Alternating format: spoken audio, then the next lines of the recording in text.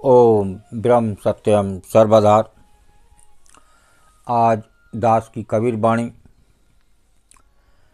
कौन सी सुंदरी को या कौन सी नारी को नरक में वास होता है, आज इस पर बात होगी। एक सारा जीवन अपनी सुंदरता निहारने पर ही वो नारी अपना जीवन यापन कर देती है, जबकि वो सुंदरता देने वाला वो प्रभु वो ये भूल जाती है कि मुझे किसकी आस करनी चाहिए। तो आइए श्रवण करते हैं एक दो वाणी। कबीर जो कोई सुंदरी जान कर व्यभिचार,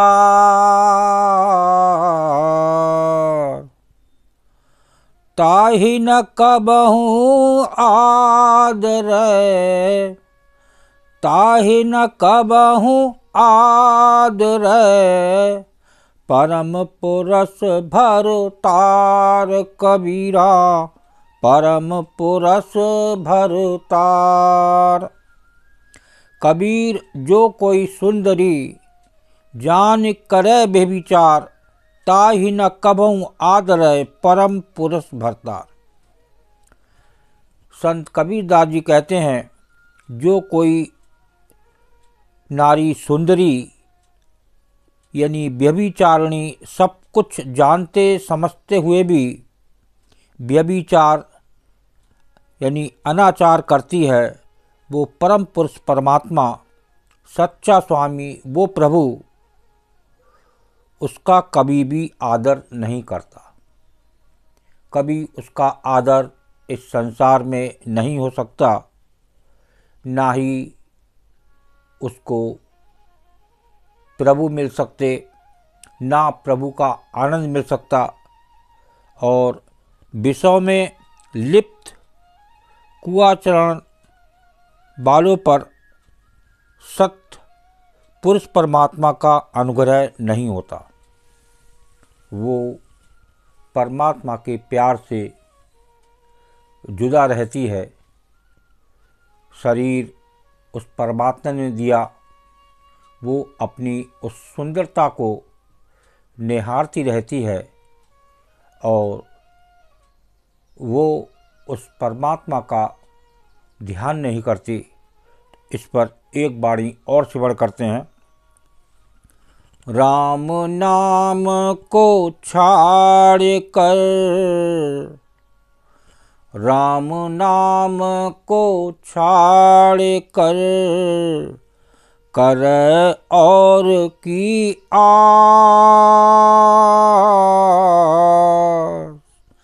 कह कबीरता नारी को, कह कबीरता नारी को, होए नरक में बास कबीरा, होए नरक में बास।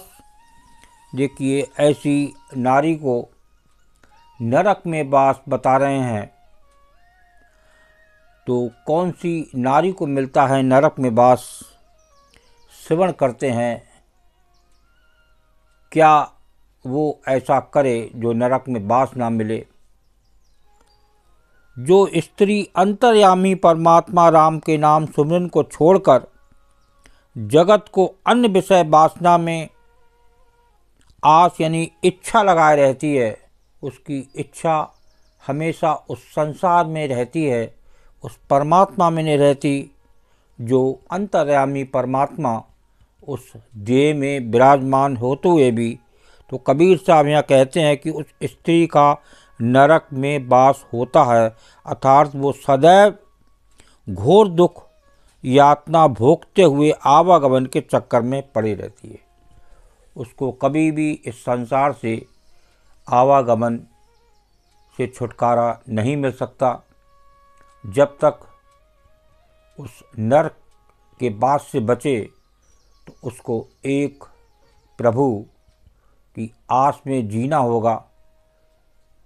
वो प्रभु जो सुंदर देह जिसने दी है उस नारी को, तो उस देह का अपमान ना करे, उस देह में वो परमात्मा रहते हुए सदा उसकी याद करे, सदा उसका सिमरन करे, तभी वो नरक के बास से बच सकती है।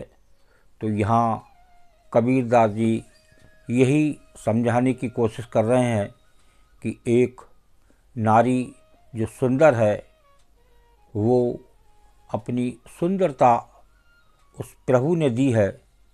ये एक शरीर एक इंस्ट्रूमेंट है जो कुछ समय के लिए लीज पर मिला है, तो ये जब इसकी लीज ख़त्म हो जाती है तो ये छिन जाता है।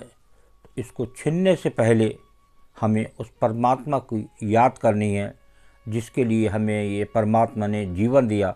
लेकिन दुर्भाग्यवश हम इस संसार में भोग विलास में या अपनी नित्य सुंदरता को दिखाने के उसमें पड़े रहते हैं और उस एक प्रभु की आस को भूल जाते हैं।